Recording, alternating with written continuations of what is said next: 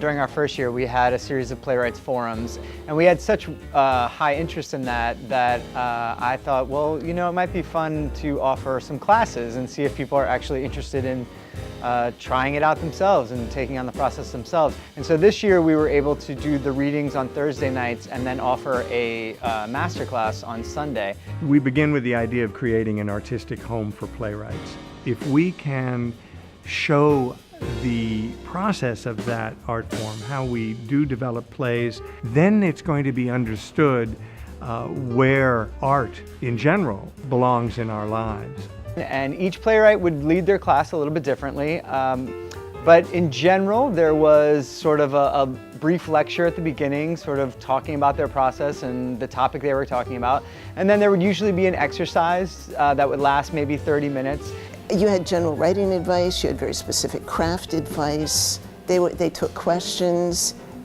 It was fabulous. We're not going to try to write a play, but we're going to try to delve into some of the considerations that a writer might sit down with when they're trying to invent a world. It was really great because we had a range of people in the class, from writers who had been writing for years and just wanted to take extra classes or work with these playwrights, all the way to people who had never written a script before. Finding their own voice is a great trick because they're looking at you to learn how to write a play, so they instantly think they need to write a play like you write a play, or they need to write in the manner that you write. Any good play is a juxtaposition of something extremely personal about ourselves, sort of slammed up against something greater about the universe. It is very personal to me. I better make sure that it's universal, it's something that is important for people to hear, and also that I have a good story to tell. I'm taking the time of the audience. I'm taking their time, I'm taking their babysitter money, I'm taking their ticket money. I better have something to say. We're going to be asking questions about, well, what makes you care about a character enough to follow it for however long it's going to take you to write the play. I have a lot of experience of coming up with an idea when you have a little bit of a box. So I'm going to give them that little bit of a box. I always think if you're put in a box, then you can hit the walls and find out what the corners are. Yeah, so I hope I'll be helpful.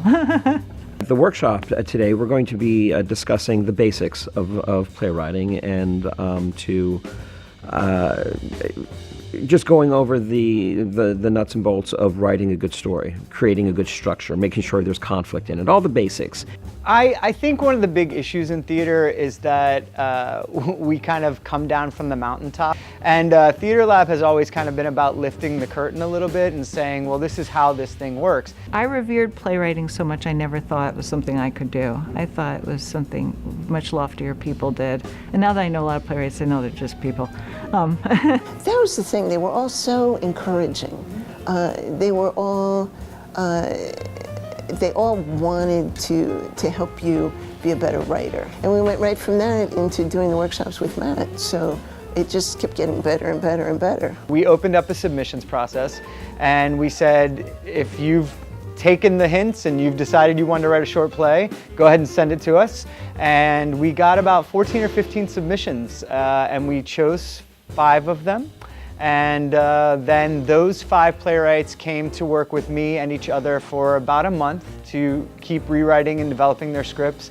And tonight we're going to read them. What a gift to a playwright, you know, to have those weekly meetings with all the other playwrights, with Matt, who's an excellent dramaturg, and who's a director and an actor and a writer himself. And so he really, you know, can see what you're going for in your play, what your intention is. But it really helped. And if I look at the first draft and to what I have now, the growth is astounding, and I owe that all to Matt, to Theater Lab, and to the other playwrights for their feedback. This was, I think, for a lot of them, the first time that they were part of a writing community and that they got to come and not only read their script, but hear other scripts and give feedback. It was very satisfying. We had about 4 sessions, and each time Matt and the other people in the group would give feedback about the play, and I found my play taking a different shape. We've had some really, really good workshop sessions. There is so much more in a 10-minute play than you often realize.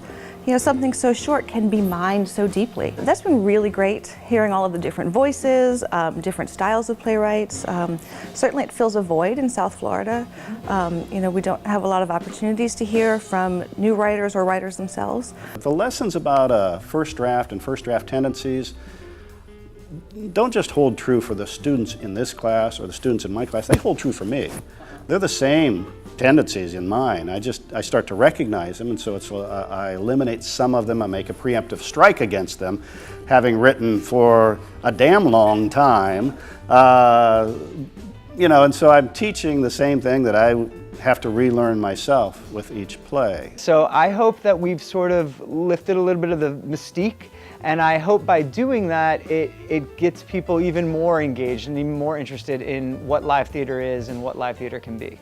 And if a playwright can come to Theater Lab and feel they have an artistic home where that process is nurtured, that is core to our mission. I've adored theater my entire life, and truly, when I heard about Theater Lab, I thought, oh, the angels are singing this. It was so great. And in the master class, right here, it was perfect.